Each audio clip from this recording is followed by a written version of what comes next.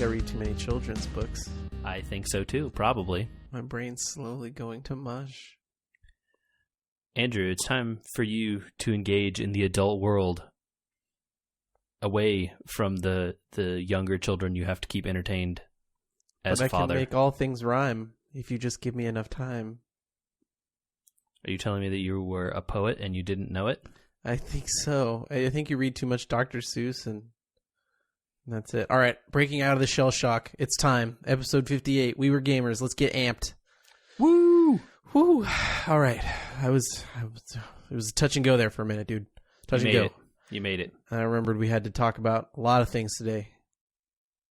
Mostly Gwent things. There's a lot of stuff that is happening out there in the world. Yeah. We'll get to that. Do you want to start? I think we should pay some homage right off the bat. Yeah. I agree with you. It is only fitting that we pay tribute to the passing of a hero from this wonderful world into the next. Andrew, one of my favorite Batmans, Adam West, has sadly passed away. It's a sad day, man. I can't imagine how he became such an icon across generations when I know for a fact that neither one of us was old enough to have ever had the experience of, flipping on a TV. It's the minute you got home to watch Adam West's Batman do stuff on TV. And yet, so I definitely did watch those shows. Obviously they were in reruns or whatever, and not when they were airing at the time, but I've seen a lot of episodes of that old Batman show. Oh, I'm not saying we didn't watch them. I'm saying that Nick at Night is not the same experience as watching Batman, Adam West Batman live. He's the only Batman they knew at that time. We've got so many, my introduction to Batman wasn't Adam West. It was Michael Keaton. Right. So, you know what I mean? It's interesting that he became such a touchstone, and I think that speaks to the man more than the suit.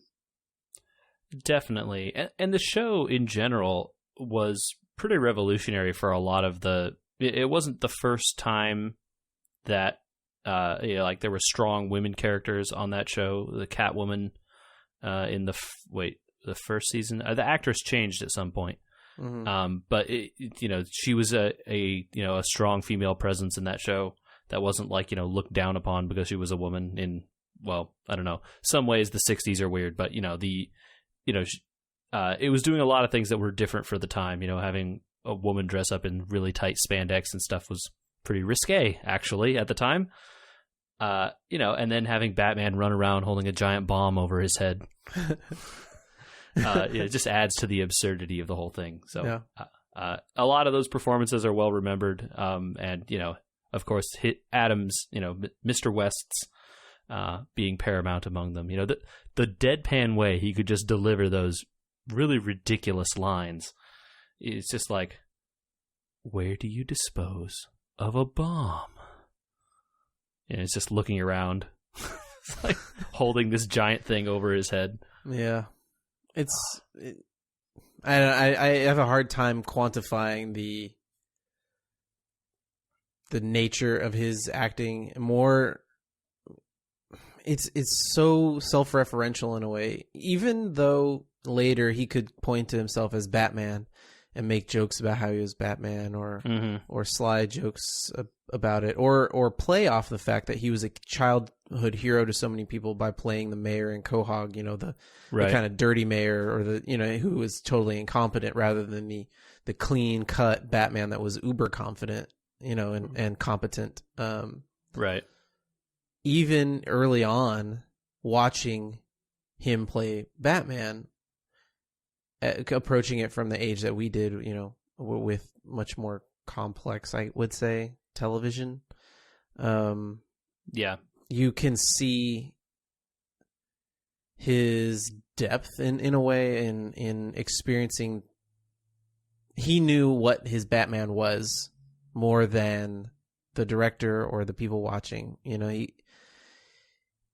His Batman show was ridiculous, and he knew it. And better than that, he was able to not overact it, but outact it. Yeah, you could tell there were a lot of times where almost like he was winking at the audience through the character in some cases, you know. Mm-hmm. This instance is so ridiculous that I have to deadpan this or it will play badly. Exactly. Like, oh, well, let me get this bat, fly repellent that I happen to have stashed on this utility belt, because obviously he carries that. Just the whole, all the running gags of pulling magic stuff out of the utility belts constantly, and think about the visuals of that show were not. It wasn't the cinematic drama of Batman leaping off of crates and flying to punch somebody while, diving through the air. Yeah. At best, Batman was a boxer style fighter. Yeah. Like that is maybe higher praise than really, was shown. Needing to play Batman like a stand-up street brawler in a way where he's on camera the whole time. He has to sell everything about that show, and that's maybe what I was saying earlier. He had to sell. And, yeah, for sure. And that created, I think, a marvelous caricature of himself later in life, too. He could play off of, the fact that he had sold such an important character early on. Well, and, there are a lot of people who I suspect don't even really know, younger people and stuff who maybe have only seen Family Guy. And his character as the mayor, and don't really know, never saw any of those Batman movies or shows back in the day. Mm-hmm. So it's just him as this weird old guy constantly talking about how he's Adam West and just being weird and strange like that show sometimes tends to be. And so it was nice that he was able to sort of reinvent himself later in life as the guy who makes fun of himself. Which is sort of what he'd been doing all along, right? Yep. I think that's the first real major loss of the year for sure. Yeah, he will be missed. Oh, boy. All right, well, it's not all sad around your home, I hope. Any good news this week? I don't have any bad news. How's your garden coming along? We have been... Stephanie has been tending it well. We've started to get some tomatoes coming off the vines. More of the cherry ones, but a couple of the full-size ones have started to turn. It's pretty early for the first full-size. Yeah. There's only been one or two that were really red. The cherry ones, though, are pretty good. It's almost a full-size snack, basically, per day. Yeah. So, I'm glad that she likes tomatoes. We definitely went to the store and bought a big block of mozzarella so we can do some caprese. Nice. Do you have basil in the yard yet? I believe there is basil planted. I don't know that we have taken any of it, but I don't know that it's it doesn't have to be ripe. You just grab the leaves. So. Sure. Yeah, that caprese salad. Get a little olive oil and some salt. Dazzle or dab.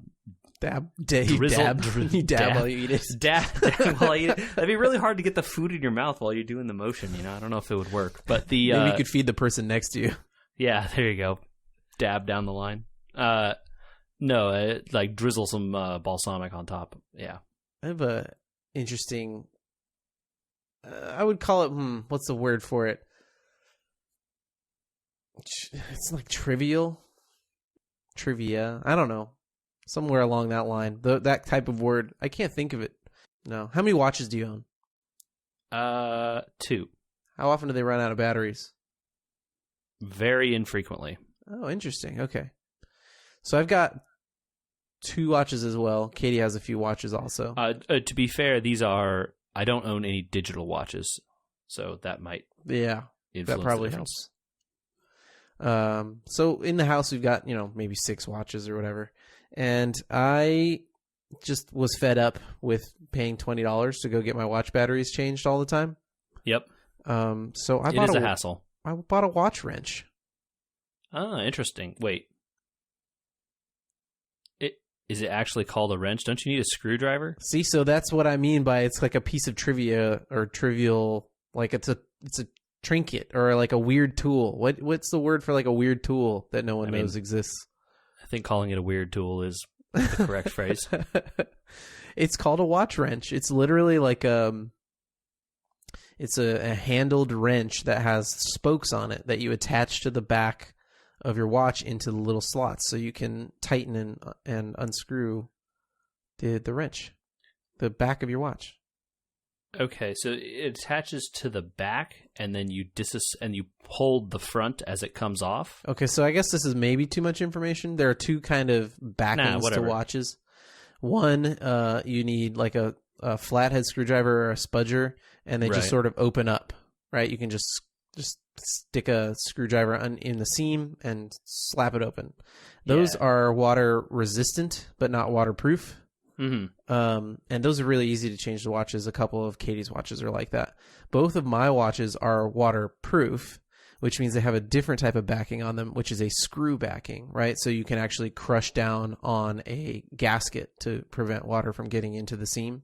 I gotcha. And since you have to screw those down, the way that they make it so they're hard to open accidentally, is they have these tiny little divots in the backing of the watch, and you put the feet of this wrench into those divots, and you grab 3 of those little divots, and then you turn the back of your watch with this wrench. Oh, okay. I am looking at the back of one of my watches that's sitting here on the desk, and I see these divots that you're speaking of. Yep. I got it. Yeah. Okay. So, I was just very confused by calling it a wrench, because I'm thinking about the back of a watch, and I'm like, the back? Right. I gotcha. Yeah. So there you go. So I bought a watch wrench so I could change my own batteries. Cool. And then when you open the back, have you done it yet? I have. And funny story. Because this is what I imagine happening. I just want you to pick this in your mind, right? You twist, the back comes off, and out pop 10,000 tiny little parts, and it's over. And, like, the watch is done, and that's the end of the game. It's like an 1800s spring-loaded watch, and everything just shoots out of it. I don't know. It's just like that's how I think it would be inside there. I'm sure it's not the case. Can I admit something to you? Yeah. The first time I opened one, I opened it with like a towel over the top, not knowing what was inside. Okay. Thinking that possibly there could be some sort of spring holding anything in place, and not knowing what the inside of a wristwatch looked like. I wouldn't be concerned that like it would spring. I guess it doesn't make sense that it would spring outward, but more like that I would jostle it, and then little parts would just fly off, and that would be the end of the watch. Now, technically, you're supposed to have a pair of forceps to get the batteries out, to spread the holders for the batteries, and then pull them out. But I find that a very small jeweler's screwdriver and another one are enough to move the spring and then pop the battery out. So I don't have a pair of like battery forceps to do this.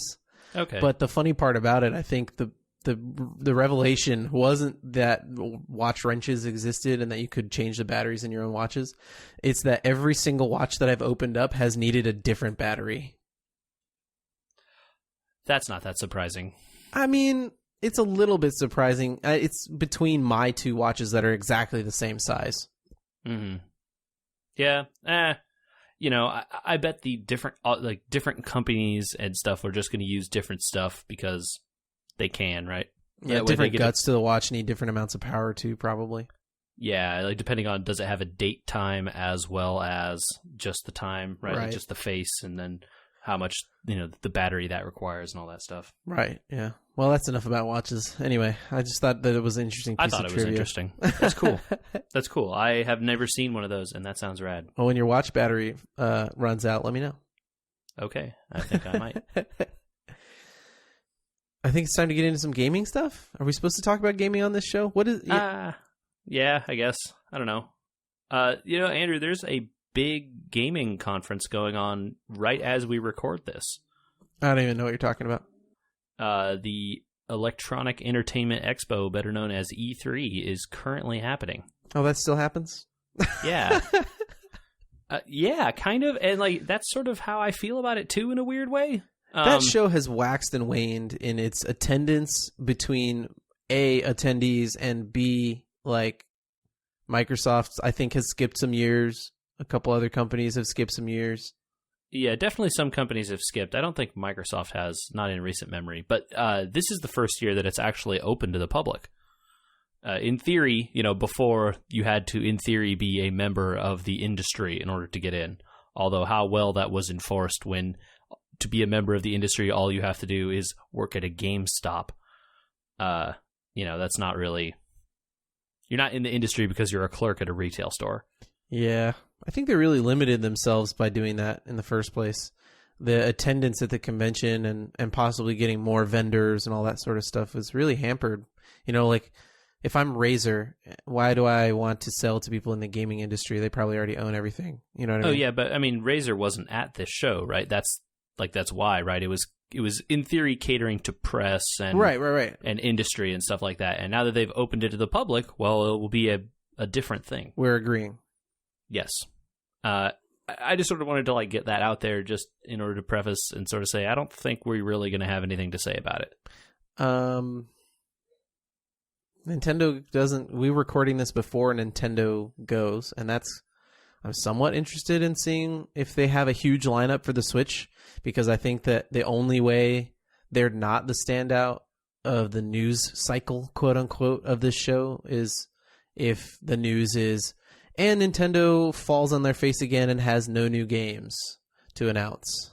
They almost certainly will spend the entire time talking about the Mario game that's coming out.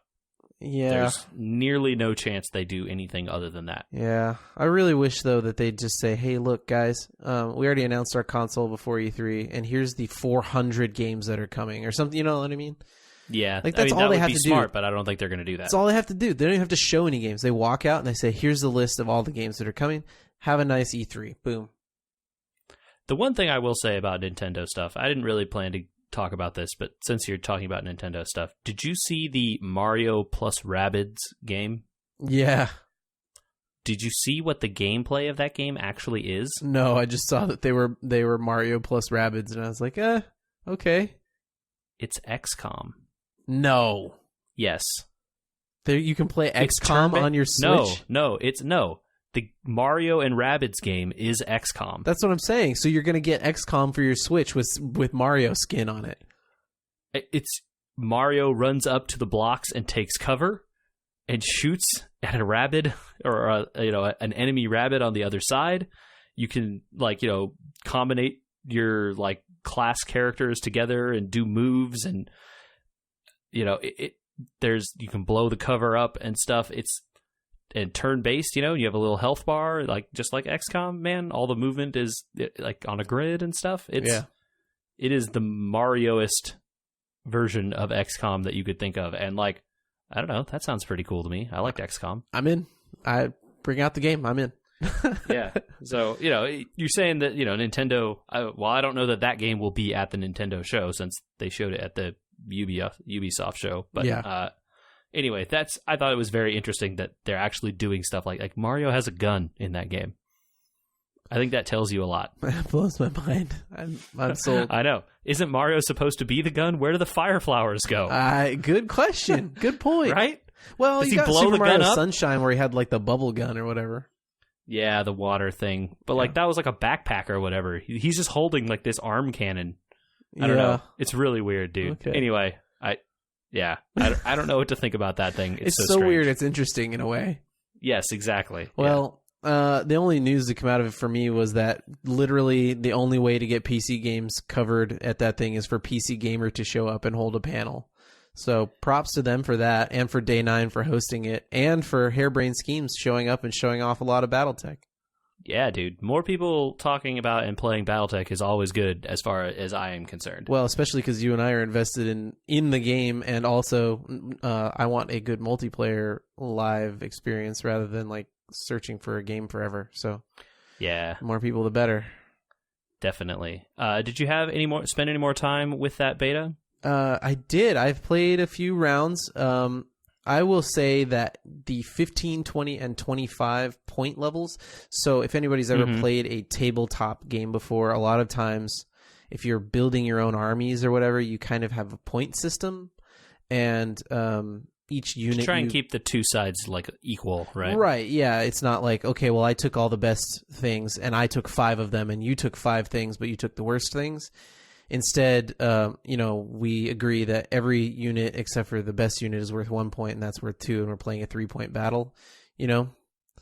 That sort of stuff exists in Battletech, and wow, does it change the game a lot to go from 15 to 25 when you have an Atlas just walking around blowing everything up. Yes, it does. I kind of was a little bit taken aback by how it was kind of like mech mashy, and there wasn't as much tacticalness as I was expecting in the first game I played a long time ago, and that was a 15-point battle. And then I took a 25-point battle with an Atlas that walked up the middle of the map while the rest of my units performed like tactical maneuvers, and I used the Atlas for bait. And holy cow, did that change the entire way that game is played. Totally. And I had a similar experience going from the first game I played, which was the light, the 15-point game, and I moved up to the 20-point game. And all of a sudden, like, the number of options that you have that you can, like, configure the different mechs that you take is, like, way, way more, right? And the 25-point game is even more than that, right? It's just okay, well, do I want to do like you had your target guy basically, right? And then your flankers to move around the side. Okay, well, in a larger game, right, you can build I want to have that target guy and then have all my other guys be like fire support long range guys. Or maybe I want to do a like scouting guy who's just really fast and moves all the time, and then have a bunch of guys sweep in behind him. Or there's so many more strategies when you're not limited to like the 3 or 4 mechs that fit into the smaller point budget. Yeah, I've been very impressed the more I play, and I found that one of my complaints may have been solved by me not understanding exactly. You can get kind of a targeting preview. You still can't really see line of sight very well sometimes before you move, but it seems like you can get a targeting preview and then back out of it if you don't want to move to a certain place once you see the targeting preview. Yeah. Okay, maybe I'm just not looking in the right place then. Yeah. I really wish it was more obvious, like how high above someone you need to be to get a bonus for being above them, or like what sort of advantages and disadvantages am I conferring on myself by moving to this tile, which is definitely not clear unless you just know. I really also want to see numerical values for armor and like damage to armor, right? You see all these numbers pop up from the damage you're doing with your lasers, and then the damage is just kind of like previewed on their paper doll of their mech with like yellow, dark yellow, black. Okay, you know what I mean? It's like... Right. It's like, oh, it's white, it's gray, it's yellow, or it's orange, and that's it. You don't know, like, is it 5 or is it 15? Now, that's a design decision, too, I guess, in a way. Like, do you want people to have that information, or do you not want people to have that information? Sure. I mean, I guess it's although at some point, right, assuming the mechs are all known quantities, right, you could just keep track of that information, unless the computer is running like non-standard versions of those mechs, which may be, in the full version of the game when you can customize and do all that stuff. Oh, I added, an extra 2 tons of armor here and here, and I took off a laser or something. That would be ways that information would be secret. But in the skirmish mode where all the mechs are predefined, all you have to do, is just count the numbers, right? Mm-hmm. So like, in that case, not showing it seems like kind of a waste. When you could just know it if you were keeping track of enough of the areas and all the hits, right? And like if you were rolling the dice on the table and you had the numbers right there, you would know how much damage each section of their thing took. Right. Yeah. But maybe that's a design decision, because in the the full version of the game, that wouldn't be information you would have. I don't know. It's hard to say based on just a small thing. Right. Are you able to tell what the heck pilot injuries do? I can't tell at all. It just says pilot injured. So, okay, if your pilot takes enough injuries, they die, and that's the end of that mech. Interesting. So if your mech gets knocked down when the pilot gets injured, or they take a headshot but they don't get killed, they get injured. If they get injured a certain amount of times, they die? That happened, yes, to me. So I don't know how many times it was and what that injury number is based on. Maybe it's just like a flat number for all pilots. Maybe it's based on the pilot statistics somehow. Mm-hmm. I'm not sure, but definitely what happened was like there was this one mech that I had that kept getting knocked over like over and over and over. Like they had like two guys punching him in melee and he would just get knocked over and then stand up, and then their turn would go again and they'd knock him over and he'd stand up, and like it just did not go good for this pilot. And you know, after a lucky hit to the head at some point, then the next time they knocked him over, it said like, you know, pilot death or something. I don't remember the exact phrase. And then the mech just blew up. Oh my. Wow. I did not realize that, especially there's really no way to tell. Kind of your pilot thing goes from green to yellow, and that's pretty much as much so like as I've been able to tell. Right. So like I don't know how many injuries it was. It definitely was like more than, you know, if I had not just left that mech there to like sort of get beaten up on, you know, probably may not have been a great tactical decision on my part. Did you win the round? But I think I did. Good tactical decision. Well, it maybe not in the course of like the long game, right? Like if you're playing the strategy version of this game where this battle doesn't mean anything, you have to win the war, losing that pilot might have been worse. Good Hard point. to know. Yeah. But in any case, you know, I won that fight, but you know, that pilot was sacrificed so that I could keep vision on that area while my guys were bombarding from on the other side of the mountain. But man, it didn't. Yeah, I don't know. The pilot death stuff is really tough because it makes sense, right? Like if you keep getting knocked over and your pilot keeps getting injured, you know, unless the injuries convey like stat penalties or something. Right. That's kind of what I figured. That pilot injury was. Oh, you have less of a chance to hit, or you have less defense or less evasion or something. You know, it kind of made sense that like pilot injury might affect the stats of your mech. Okay, because nothing's really happening with this pilot injury thing. Well, or like, you know, affect the stats of the pilot, right? Because like, you know, there are some of those some attacks, right, that use your piloting skill or your guts skill or whatever. Right. You know, those stats that the pilots have. It's like, oh, okay, I took an injury, I lose one piloting, or I lose one guts, or one whatever. You know, and that seems fine, right? Like, okay, you're injured, you lose these. That makes sense. But like, I don't know how many injuries just causes you to straight up die, which then obviously, right, if the pilot's dead, mech doesn't do anything. Right. Yeah. Huh. So yeah, I you know, it's been fun. I play it every now and then now, you know, I'm not like, you know, booting it up every day when I get home, but it's a fun way to relax for, you know, 45 minutes or something. And it does take quite a while, especially those longer games. Yeah, it definitely takes some time. It's an interesting preview into a game, but very few, because you can't customize anything. There's not much replayability once you've like kind of battled, you know, each weight class, and you've seen all the mechs that they offer in the preview. And but it is nice to like a little bit of a refresher if you know have been playing other games way too much.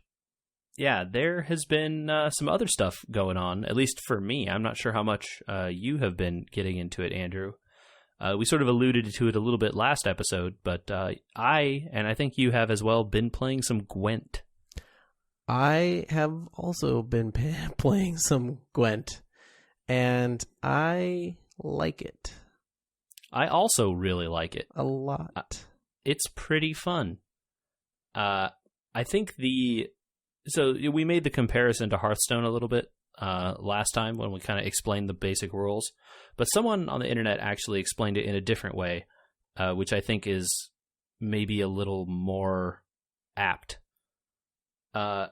Hearthstone is a game where you have to like, you know, they explained Gwent as more of a game of poker. Whereas Hearthstone is more of you have to engage in the rules of Hearthstone. And that made some sense to me because, you know, in Gwent, right, a lot of the strategy is choosing when to pass and when your number is high enough, right?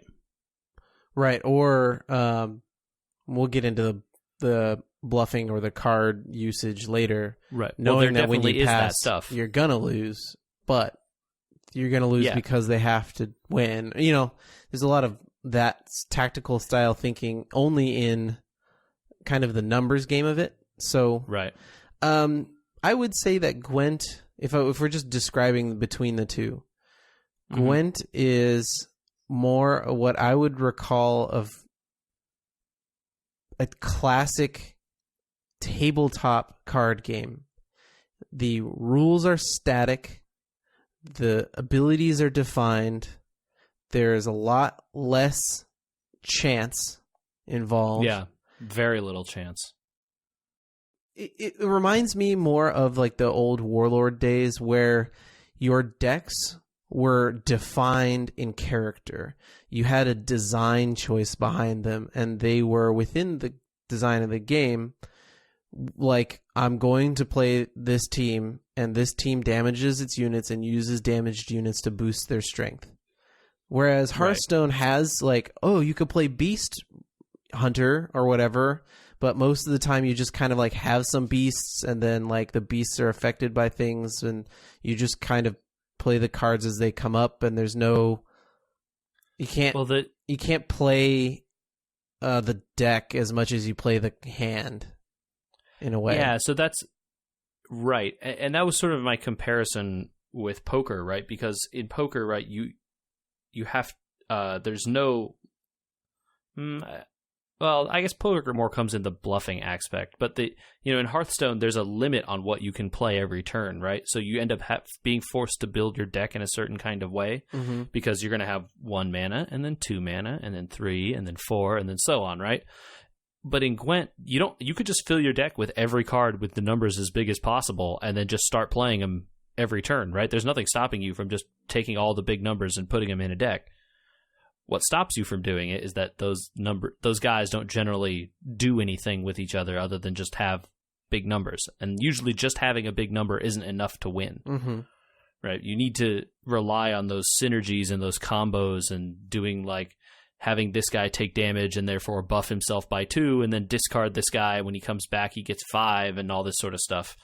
And that's how you win in that game, much more than attack your opponent for 5 and then play a guy that costs 3.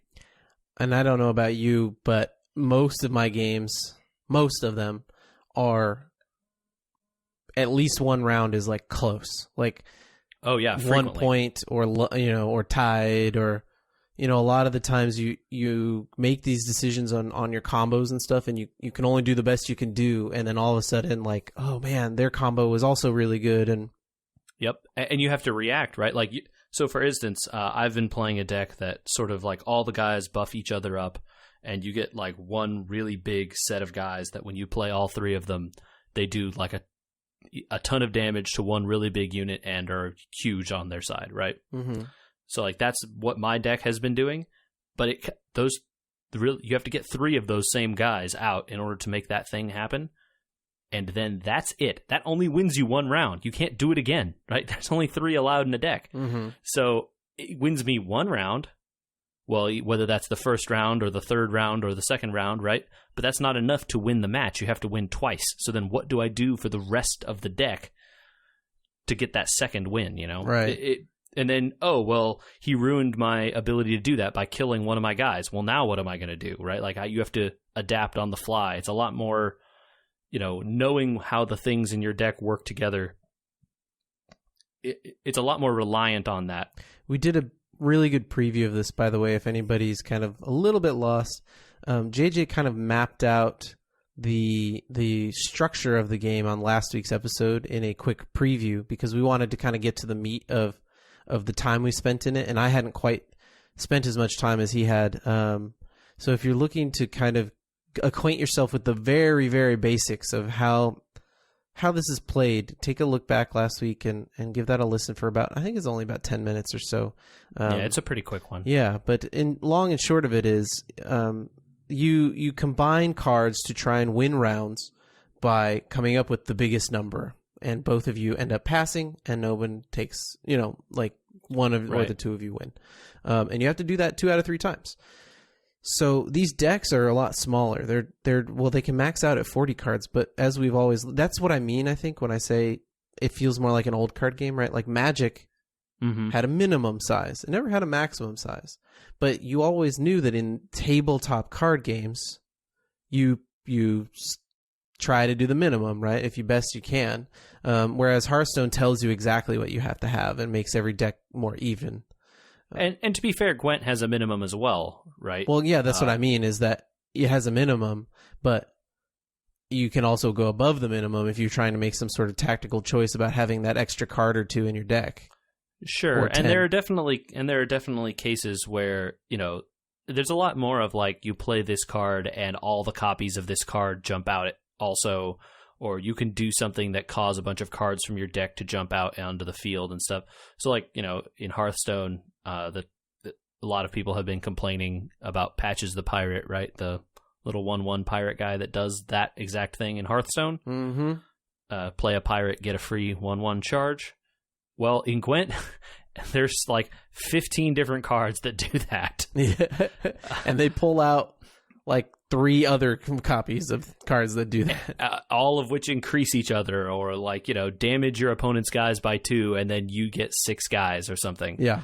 And you would think that like, oh, well, that's like insanely broken, but them just having a bunch of guys isn't a win condition, right? So like, yeah, play a weather effect and they all die.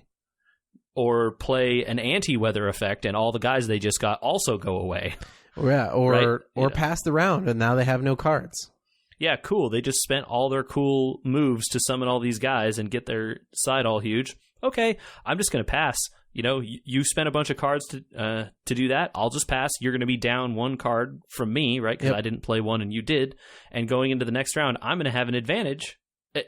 The advantage of having 1 extra card than the other player is huge. Oh my god, I can't count the number of games that have come down to I have 1 card left on the last round and you have none, and so I'm going to draw into a character and I'm going to have 2 characters and you're going to have 1, right? And I'm going to win, right? You know, like managing your card hand is so essential to winning games. Like there have been people that, you know, crush the first round and I can tell in the second round all they want to do is just win right away, and they're pounding away with trying to put cards on the board. It's like you don't remember, but I had a card advantage going into the second round, and I kept my good cards ahead of you, and I'm ahead of you now, and I kept everything that could win me the second round easily. You're in trouble more than you think, right?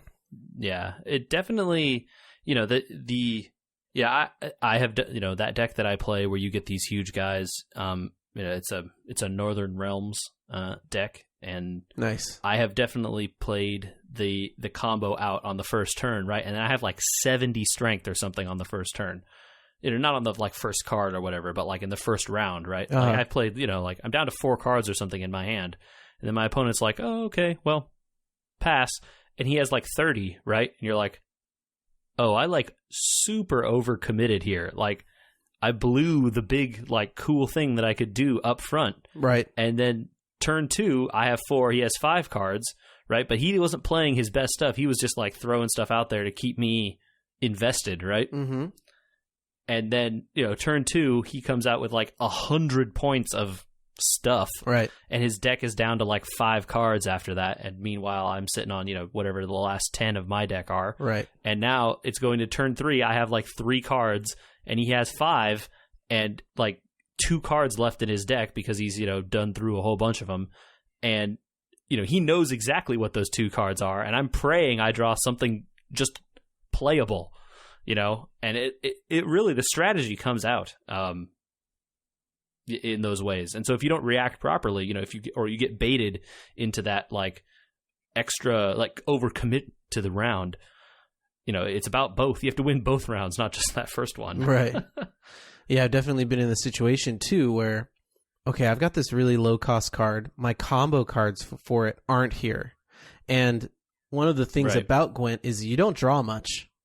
So if you don't have your combo pieces, if you're one off, you'll probably get it because there's very few cards left in your deck. So there's something else about drawing cards and doing the mulligan stuff. I don't know if you realized this. The game functions with like a mulligan. I've heard people call it a blacklist. Do you know what I'm talking about? No, I've heard that if you mulligan a card, you're likely to draw it on the second round. So I don't know about that part, but if you mulligan a card, the card you draw right then after you mulligan it is guaranteed not to be the one you just mulliganed. So like Hearthstone. No, Hearthstone is not guaranteed not to be that card. Right, Hearthstone is the opposite. If you shuffle a card back, you could draw that same card again. In Gwent, if you choose a card to mulligan, you will not draw that card. Huh, I thought Hearthstone had that too. No, Hearthstone does not have that. And it makes a big difference, right? Because if you have like one of your combo pieces, but not the main card that you need, well, if you take like a couple of the other cards you mulligan away, you're not going to see those cards again. You will absolutely get something different. Oh, that's helpful. So, yeah, so like if you have 3 copies of a card in your hand, right? Well, then you already know you're not going to get it if you mulligan it away. But if you only have one and you mulligan that one away, you're not going to draw either of those other 2 either. Oh, you won't draw. It's not just the one you put back, but the other 2. Yes. So if you say, like, I don't want to draw this catapult, and you put it back, you're not going to draw any of the other catapults either. I don't know how that affects turn 2 or anything, but you have a lot of control over the different cards that you can draw that way. Wow. I did not know that. Yeah. So if you wonder why it always seems like the other player always has their combo pieces or whatever, that's how.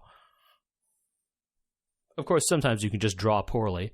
That happens as well. There's still nothing you can do if you just keep not drawing the guy you need. I mean, if you're smart about the way your deck is built and you know what the cards are in there, it's very hard not to have the combo pieces. But sometimes you'll have too many of them. Or like I have 2 guys that do the same thing, and I'm only going to be able to play one next round. So I'm going to play this 3-point card to put me 1 point above him to force him to play another card, hoping that he doesn't have a 3-point card because he's been playing 5 and up, and that was going to waste. He's going to have to waste 7 or 8 or higher power to win the round. Yeah, or hopefully you can get him to play one of his combo pieces or one of his main pieces that he would need for whatever his strategy is.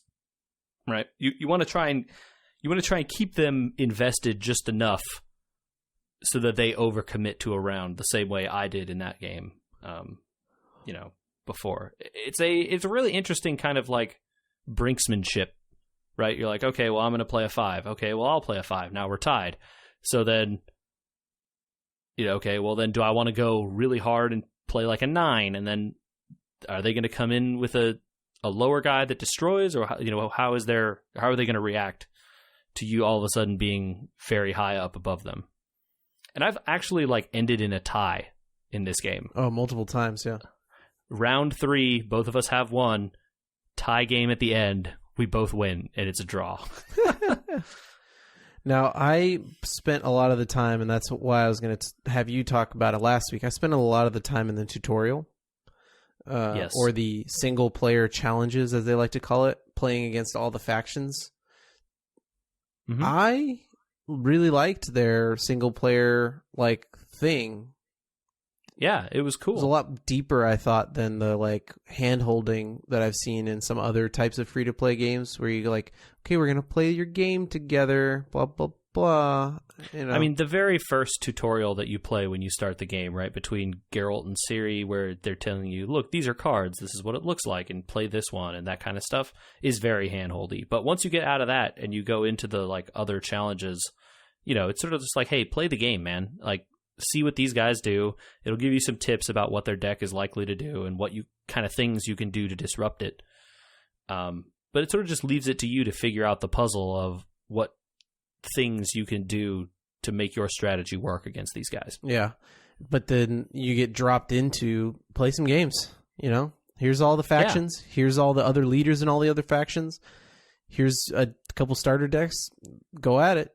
Try to learn how to beat, how to win. It's kind of cool to just get dropped in like that and also learn about, okay, here's how gold cards work and silver cards and how you have max amounts of the card types and max card numbers. Yeah. I think it's really interesting the way that gold cards are kind of immune to everything. Yeah, that's really cool. Except for the one card that makes them not immune to stuff. But, they're in general, right? It's really interesting because then you could, you can essentially say that you play one of these cards and there's nothing they can do about it pretty much. And some of those gold cards are really mean. They're all real. I mean, most of them should be really mean, right? You can only have 4 of them in your deck. Yeah, it's 4. It's a surprisingly low number for a 25 card deck, right? So, the thing in Hearthstone that players that are newer to the game, I think, end up feeling that like, oh, this person has all these legendaries, they're just going to be better than me because their cards are better. When, in reality, a deck made completely of legendaries in Hearthstone would be really bad. Gwent just heads that off right at the pass immediately and says, no, you can't put more than 4 of these in your deck. Doesn't matter what.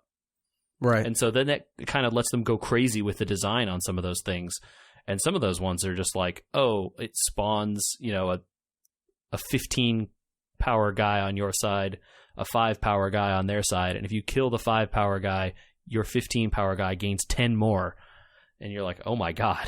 Yeah, there are definitely some cards. Like I'm thinking of the one that eats another card or something like that. And it ends up at 25 power or something. Yeah, one of the leaders like eats cards off your own side and then like triples his strength or something. Yeah, it's nuts. Yeah. This is kind of like crazy learning a whole new, I don't know if it's just that it's really, I mean, it's a big lift. Like looking at the amount of cards, they've got over 600 cards. Win how many factions? 5 factions?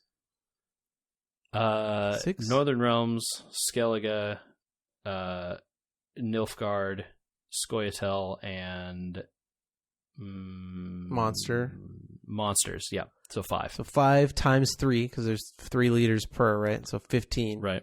So 15. And the leaders are really different. Well, the leaders are really different, and each faction has like maybe 4 sub factions of types of combos that each of them has. Yeah, some of which work better together than others, definitely. Sure. But yeah, there's like 2 or 3 different kinds of like things happening in each faction where, like the Northern Realms guys have armor. Some of the like Skellige guys hurt each other to get stronger. Right. Or get better when they get discarded, or a bunch of weird like summon out of the graveyard stuff for the monsters. And like, it's just all the effects are really different, and the factions don't play the same at all. And depending on which leader you have chosen, your deck is not going to play the same as someone else's, even of the same faction. So it's really surprisingly interesting. Yeah. For a game with no expansions, and although a pretty big card base, I guess. It's a really big card base, and it's kind of a lot to take in, especially over here where I got Battletech on the back burner, still trying to do my Hearthstone dailies, 2 kids running around. Yeah, for sure.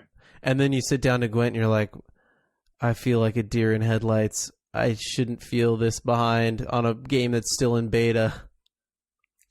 Yeah, the speaking of the still in beta part of it, the developers had a stream not that long ago where they announced a series of changes. And they're still changing like lots of cards. Like I think there was 20 cards or something on the list that they're adjusting numbers up and down, or changing effects, or fixing bugs and stuff. So wow, the game is certainly not ready for prime time. Now, are they changing any mechanics or keywords or anything like that? Because there are a lot of keywords. I don't know if... So they are adding... Yeah, there are a lot of keywords. And that's actually like a pretty big problem, I think, with the game. But they're like adding stuff to... They're adding keywords to people in order like to nerf them in some ways, or... some cards will no longer get stronger every time you discard them, or they go into the graveyard because there was some unfairness with a certain card. So they added a keyword to it that basically just meant, hey, every time it goes in the discard, it resets. Interesting. What's that called? I think it's regressing. Oh, okay. Because there was a thing that I didn't quite understand, is that strengthen and boost are completely different. So when something gets strengthened, that got me, but goes into the graveyard, it's like always that strong. But if it's boosted, it loses it. Right, and that actually still gets me sometimes, because the leader that I play boosts every card in your hand and your deck by 1, but it boosts, right? So if I play them and they go into my discard pile for whatever reason, and if I can get them back out, they don't have that extra +1 anymore, or any of the other bonuses that they had. Because most of my things are boosting, not strengthening. But then a lot of the Skellige faction ones come back and they're way stronger than when they went in there. Yeah, so I think it's one for every time it gets damaged, it strengthens itself or something. There's one that when it goes in the graveyard strengthens itself. Yeah, and there's there's some combo ways where you can play that guy and then kill him off and then play him again and then kill him off and play him again. Like if there's a weather effect or something, you can just keep killing that guy and then you bring him back one last time in the last round and drop him and he has 15 strength or something up from 5 or whatever he started at. Man, I don't know. I definitely get confused about a lot of the things, even after having played all of the single player stuff. So I've gone through everything. I got stuck on the weather boss just like you did. Yeah, God, that deck was so hard. Dogon, something like that. That leader is actually one of the ones that's getting changed. His strength is going down, I think, by a point. Oh wow. Yeah. I mean, hitting 3 weather effects or more in a game is just tough. It's really tough. Yeah, and especially if, even if you run multiple copies of the thing that removes weather, which I ended up having to do, right? I think I ran as many copies as I had. Mm-hmm. It still isn't guaranteed you're going to have them, right? It's much easier to get guys out of your deck or units to play than spells. And so, having enough of the ways to clear weather, or I guess, units that I could move around such that they didn't have to play into the weather. Sure. Was really tough. Trying to not play into it is interesting. At least you get to mulligan, unlike Hearthstone, it's kind of I like the one at a time mulligan rather than you get a short amount of time to try and figure that out, so you can't sit there forever. But at least you kind of okay, I got one card. Now, do I want to keep going or do I like this combination? Oh no, I got another card. I like this combo. I'm not going to draw my third one. And I think that because the hand is so much bigger, right? You start with a 10-card hand plus your leader. So you have 11 plays, essentially, you can make your first turn. The variance feels a lot lower because of that, right? Where in Hearthstone, where you have a 30-card deck and you draw 4 at the start of the game, right? That is not a large percentage of your deck available to you from the get-go. In Gwent, if your deck is 25 cards and you draw 10 to start, there's a pretty good chance you have most of what's going on in your deck in your hand. Right, especially if you're staying near the minimum 25, which I assume, like every other game, is the best. But I haven't played enough of it to know. Yeah, I mean, maybe your deck would go over by 1 or 2 if there's certain specific cards that you want to have included in there, or you have a lot of things that pull things out of your deck. But yeah, I mean, like everything else, right?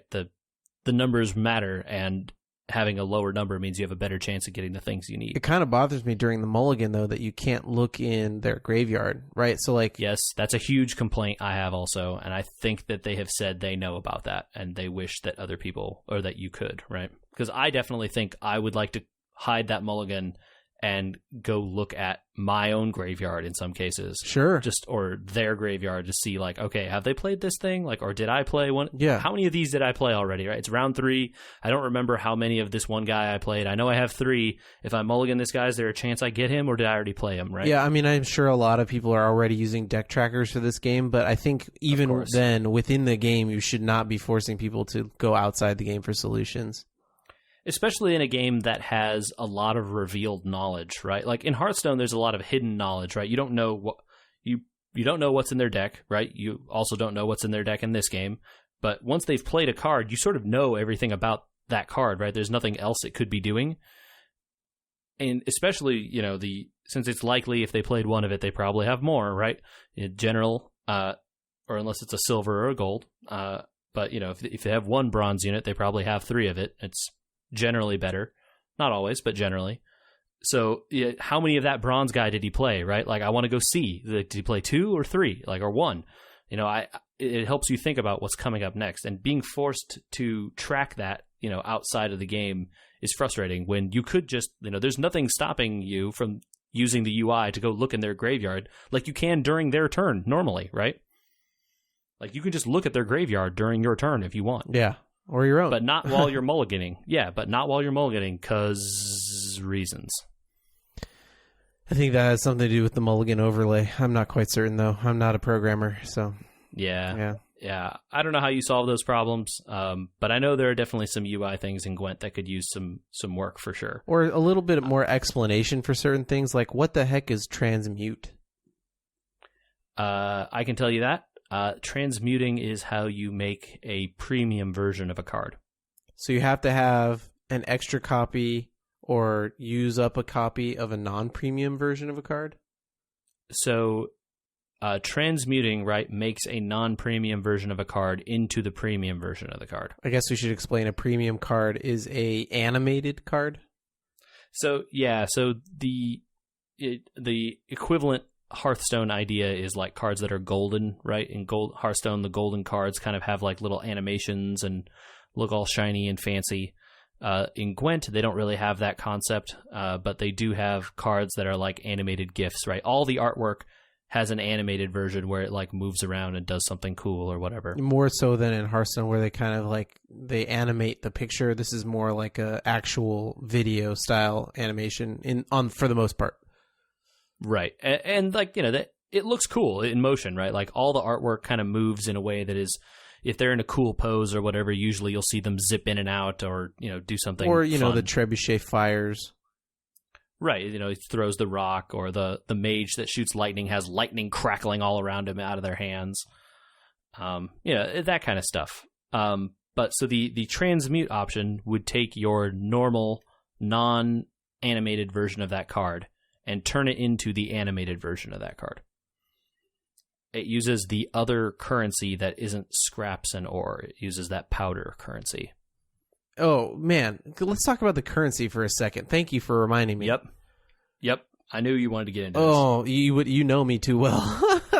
Yep. It was very confusing for me at the beginning. Are you ready? So. Yeah, let's go. Ore is the equivalent of gold in Hearthstone. So, right, it's the thing that you use to buy packs. Scraps is the equivalent of arcane dust in Hearthstone. It's the thing that you use to create new copies of cards. Meteorite dust doesn't have an equivalent in Hearthstone, but it is the thing that you use to turn cards you have already created into premium cards. The only way? Yes, unless you get them out of packs. Okay. And then kegs is the other thing at the top of the screen, right? With all that. Yeah, and kegs are just card packs. I really don't like that extra meteorite currency. It is pretty annoying, but the thing about so something that would be good if you or I wanted to spend a really ridiculous amount of money on this game is that in Hearthstone there's no way to buy golden cards, right? You can get them from packs. Yes, you can, and you can craft them with arcane dust, but it's a lot more money, like a lot more dust to craft, right? So you really have to buy a lot of cards in Hearthstone if you want to get all golden collections. In Gwent, you still requires a lot of money, a lot of opening of card packs to get enough cards to have all the cards. But if you, on top of having all the cards, want all the cards to be golden, you can pay less money and just buy the powder to transmute your cards into the golden versions. So say you have, say you've played for a while and have built up a really good deck that you really like, right? I love this deck, they have, it's pretty set. I've been playing it for a long time. I really enjoy the ins and outs of this faction or whatever. I want to make it all animated. Well, I can go to the shop and instead of buying cards and hoping to get enough stuff to make the things golden or to make them animated, I just go straight to the shop and buy the animated currency and use it to take all the cards I already have to make them animated. So it's an option, right? As a free-to-play person, you probably should never do that. But, the dust does let you transmute some cool things into things that look cooler. I feel like, unlike in Hearthstone, where you kind of really, gold cards are pretty cool, but you have to dust them because you really need the dust because it's, a very finite resource. but they are cool, and I like throwing them down on the battlefield. As much as I've gotten some of these premium cards in this game, I'm kind of meh. I like the art, the static art. It reminds me of the game looks like a tabletop. They designed it to look like a tabletop, and when you throw down animated cards on it, it's kind of strange. And the art's really good. Really good. Yeah, the art is really good. The art is really cool. I really enjoy the art. Very, very well designed. Whoever came up with the themes, like the theme of it all is very cohesive, unlike Hearthstone theme. And it's just, you get the feeling of like this medieval, world that The Witcher is, for sure. I didn't mean to cut you off. Yeah. No, I was just pointing out that, in Hearthstone, when you dust the golden version of a card, right? As a free-to-play player, you always want to dust the golden version of the card because then you can craft more copies of non-golden cards. Right. In this, you don't get more scraps from dusting a premium card than a non-premium one. You get more meteorite dust, right? Yes. So the difference is made up only in the premium currency. And obviously you still lose when you go down, right? The same way you do in Hearthstone, but if you get a premium version of a card, it doesn't just immediately behoove you to get rid of it and create the non-premium version. Which is, I feel kind of, again, that third currency and the way that this works is kind of the one thing so far kind of detracted from the game, other than how a lot of stuff is uber confusing because you're just thrown in the deep end of the pool. Right? Like Scorch. Yeah. I didn't understand. Oh, man. Did you burn your own guys? I burned my own guys like 5 times trying to understand how the card Scorch works. But, you get it eventually. Yeah. It's one of the cases where you learn that the wording is very specific and it's the highest card, right? Except for the fact that golds are immune and like that whole, you have to learn all that. But Scorch, I've definitely early on killed myself a couple times where okay, I'm going to get his highest guy. Awesome. And then one of my guys dies. And I'm like, oh, bummer. Or for some reason, I thought my silver card was immune because I thought, or no, I was targeting, because there are different ranks of cards too, right? Like silver is a higher rank card than bronze. The way that I read it, the first time I thought, oh, I'm going to get his silver card with this. Oh, no, I just burned my own bronze guy. Great. Yeah. There's there's a lot of ancillary stuff going on. Some of which was clearer in the version of the game that was in The Witcher 3. The game is significantly different from that game. For anyone who's played that, it's not the same game really at all. The basic concepts are the same, but the rest of the cards are all completely different. So yeah. I understood how Scorch worked because Scorch in that game did the same thing. And I killed my own guys in The Witcher all the time because I forgot that's how Scorch worked. Oh, man. Well, I do think other than having a premium currency, though, their rewards are pretty good. Especially... Their rewards are pretty nice. Especially there's no daily questing, like in Hearthstone. Oh, I have to play Rogue 5 times, which means I'm gonna have to play 10 games because I win 50% of my games with Rogue because I'm not good with it, etc., etc. But I have to play it because that's the way I get the most gold. No, just play. I don't know, 4 games, win 6 rounds. Walk it's away not even for the win day. 6. It's not even win 6 matches. It's win 6 rounds. So if you lose 2 rounds to 1, right? I mean, you said it last episode, and I didn't believe how easy it was going to be. Every day you play, at the worst, right? Even at the worst, you build a deck that can only win 1 round, right?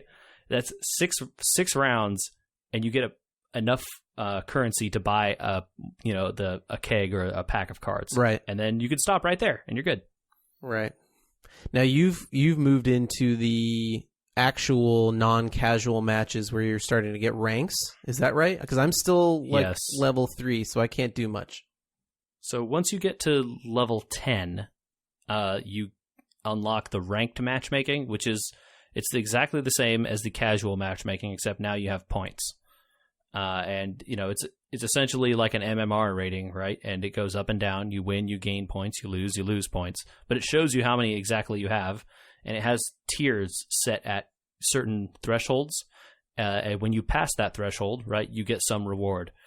So even when you first unlocked ranked matchmaking, even if you don't want to play it, you should definitely click on it at least once and go into it, just so that it gives you the reward for your initial placement. Because the initial reward is like, oh, here, have 3 packs. What?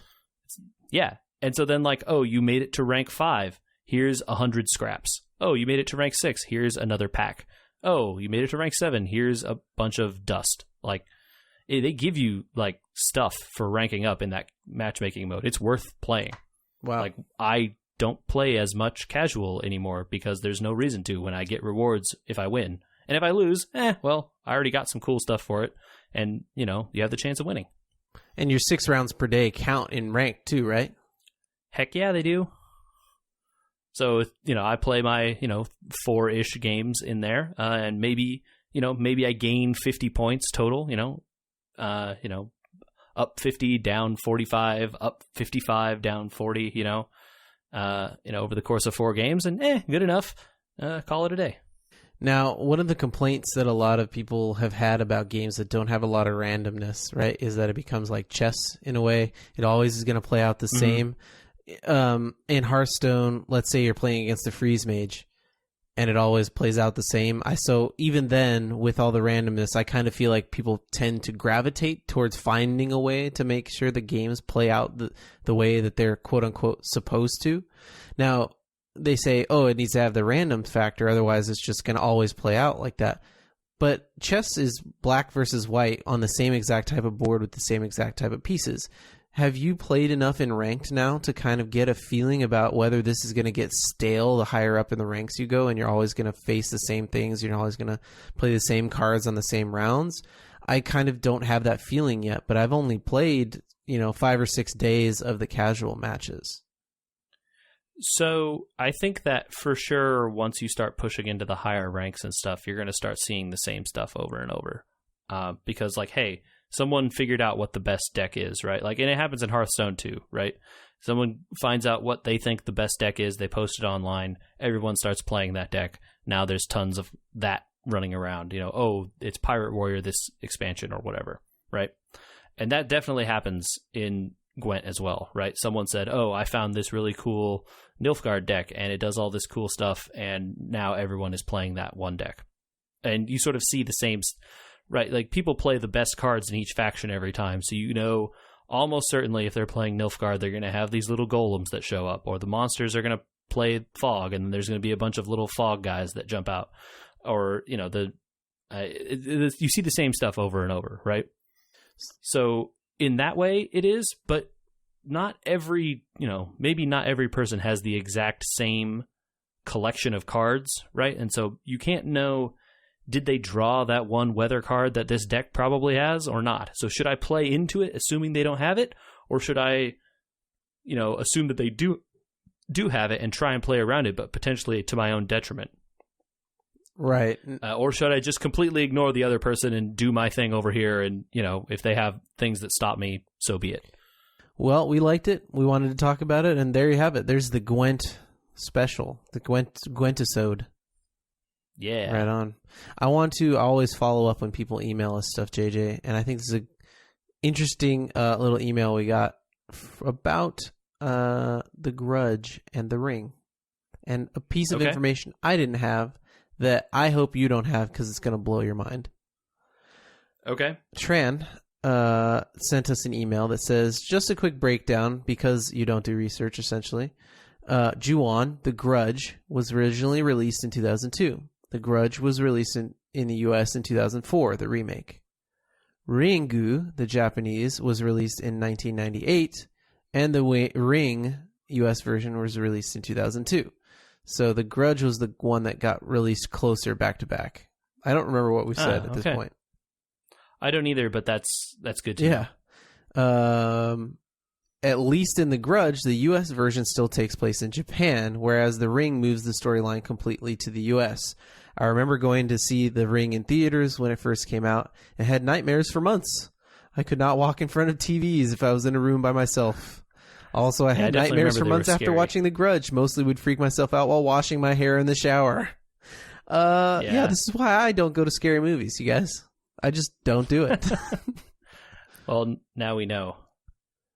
All right, that was a thank you, Tran, for that email. That was good. You didn't wait for the payoff, though. I remember. Oh, wait, what? There's more? payoff. Just wait. Next year, the U.S. will likely remake Ring vs. Grudge, which is a Japanese movie that came out last year that has two girls set on their own individual courses against each other. Is it really those two? Wow. Okay. Great. Ring vs. Grudge, you guys. Man, that is the Aliens versus Predator of horror movies, I think. Oh, it's better. It's like the Freddy v. Jason in space one, but better. Yes. Oh my God, Jason X. Oh my God, that movie. Thank you, Tran. That brightened my day. I appreciate it. That's great. Thank you. Awesome. Wonderful. Well, if other people want to send us info about Gwent or why they think that E3 is still important despite the fact that it's not, where should they get us, JJ? They can get at us at podcast@weweregamers.com, the email address. Send it there. Facebook.com/weweregamers. You can like our page and follow all the sweet news that we post. We are on Instagram.com as weweregamers, Twitter @weweregamers, all the internet medias. We Were Gamers.